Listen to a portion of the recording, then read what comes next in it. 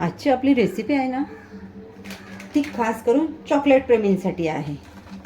तर आज आपण बनवतोय काय, तर आज आपण बनवतोय चॉकलेट ट्रफल केकसाठी लागणारं ट्रफल. आता ते बनवायचं कसं, त्यासाठी लागणारं साहित्य काय, किती प्रमाणात घ्यायचं, हे सर्व आपल्याला आजच्या व्हिडिओमध्ये सांगितलेलं आहे. त्यासाठी व्हिडिओ शेवटपर्यंत बघा. ट्रफलचा वापर करून केक कसा बनवायचा हे देखील आपण बघणार आहोत. ट्रफल गनाश आपण दोन पद्धतीने बनवू शकतो. एक म्हणजे आपण अमूलचं फ्रेश क्रीम वापरून आणि दुसरं म्हणजे व्हिपिंग क्रीम वापरून. मी गोल्डन मार्कची क्रीम वापरत असते. तर आज आपण जे बनवणार आहोत त्यामध्ये आपण अमूलचं फ्रेश क्रीम आणि डार्क चॉकलेटचा वापर करणार आहोत. मी 2DM या ब्रँडचे चॉकलेट वापरते. इतरही वेगवेगळ्या ब्रँडचे चॉकलेट मार्केटला मिळतात. जे अवेलेबल असेल ते तुम्ही वापरू शकता. गनाश बनवण्यासाठी मी इथे 200 ग्रॅम चॉकलेटचं कंपाऊंड घेतलेलं आहे डार्क. तर याला कट करून घ्यायचं. जेवढं तुम्ही हे बारीक कट कराल तेवढं गनाश बनवतानाचा तुमचा टाईम कमी लागेल आणि चॉकलेट झटपट मेल्ट होईल. तर गनाश बनवण्यासाठी आपल्याला या वस्तूंचं प्रमाण कसं घ्यायचं आहे, 200 ग्रॅम आपण डार्क चॉकलेट कंपाऊंड घेतलेलं आहे, तर 100 ग्रॅम अमूलचं फ्रेश क्रीम घेतलं आहे. हे आता मी एका बाउलमध्ये काढून घेते. आपण गनाश बनवण्यासाठी ओव्हनचा वापर नाही करत आहोत. आपण डबल बॉयलर मेथडने गनाश बनवून घेणार आहोत. गॅसवर मी पातेलीमध्ये पाणी गरम करायला ठेवलेलं आहे. पाण्याला हलका उकळ आलेला आहे. त्यावर आता आपण आपलं हे चॉकलेट कंपाऊंड घातलेला बाउल ठेवून घेणार आहोत. गॅसची फ्लेम आता इथे आपल्याला मीडियम ठेवायची आहे. ज्या वेळेला आपण ट्रफल केकसाठीचं गनाश बनवतो त्यावेळेला गोष्ट लक्षात घ्या, चॉकलेट आणि फ्रेश क्रीम यापैकी कुठलाही एक तुम्हाला गरम करून घ्यायचं आहे. आता मी इथे चॉकलेट मेल्ट करून घेते आणि त्याच्यानंतर यामध्ये फ्रेश क्रीम घालणार आहे. चॉकलेट आपलं इथे छान मेल्ट झालेलं आहे. आता यामध्ये ॲड करून घेणार आपण आपलं अमूलचं फ्रेश क्रीम. फ्रेश क्रीम घातल्यानंतर आपल्याला हे छान मिक्स करून घ्यायचं आहे. फ्रेश क्रीम घातल्यावर सुरुवातीला तुम्हाला वाटेल की मिश्रण घट्ट होतं आहे, नंतर ते पुन्हा पातळ व्हायला सुरुवात होते. मेल्टेड चॉकलेटमध्ये ज्या वेळेला आपण फ्रेश क्रीम घातलं त्यावेळेला आपलं मिश्रण घट्ट झालेलं. मिश्रण आपण सतत मिक्स करत राहिलो तर मिश्रण आपलं पुन्हा पूर्ववत अगदी पातळ झालेलं आहे. आता इथे आपलं ट्रफल केकसाठीचं गनाश रेडी झालेलं आहे. आता तुम्हाला जर हे स्टोअर करायचं असेल तर तुम्ही फ्रीजमध्ये याला स्टोअर करू शकता एअरटाईट कंटेनरमध्ये.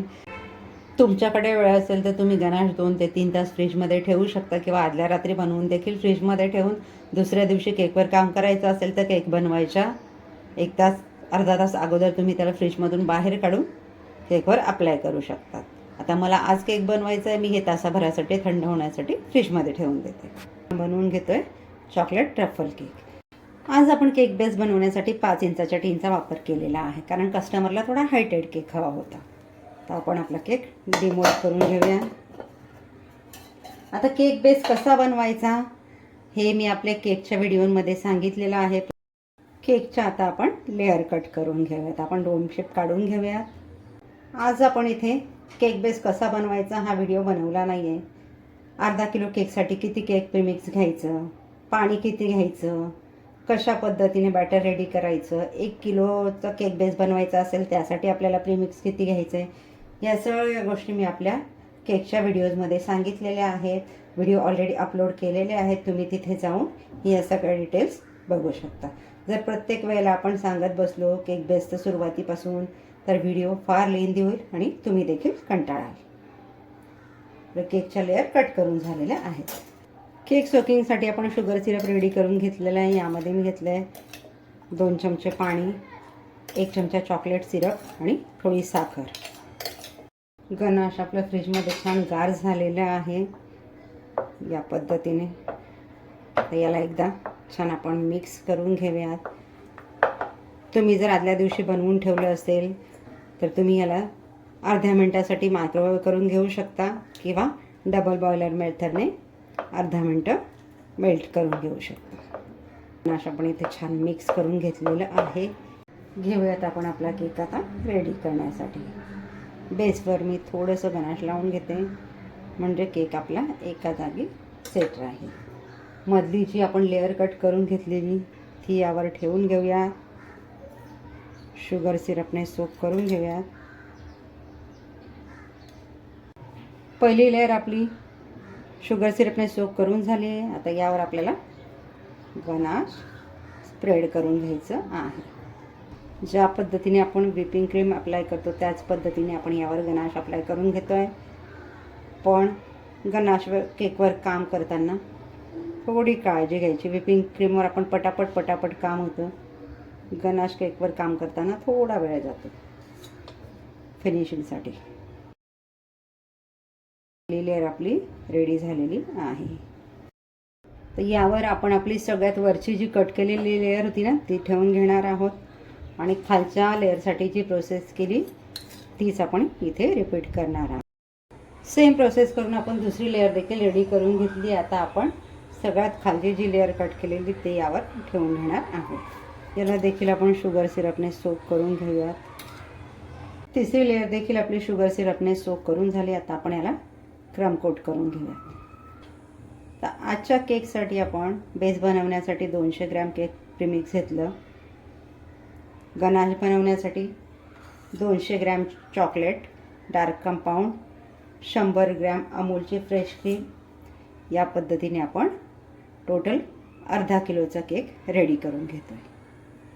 साईड देखील आपल्या क्रम कोट करून घेतो आहे, म्हणजे जेव्हा फायनल आपण चॉकलेटवर काम करू त्यावेळेला हे क्रम चॉकलेटमध्ये येणार नाही आणि आपल्या केकची फिनिशिंग खूप छान आहे. तर आपलं क्रम कोट करून झालेलं आहे. आता केक जाणार फ्रीजमध्ये थंड होण्यासाठी. कमी मी याला अर्धा तास तरी फ्रीजमध्ये ठेवणार आहे थंड होण्यासाठी. आपण केक अर्धा तास फ्रीजमध्ये थंड करून घेतला. आता त्यावर आपण फायनल फिनिशिंग करून घेऊया.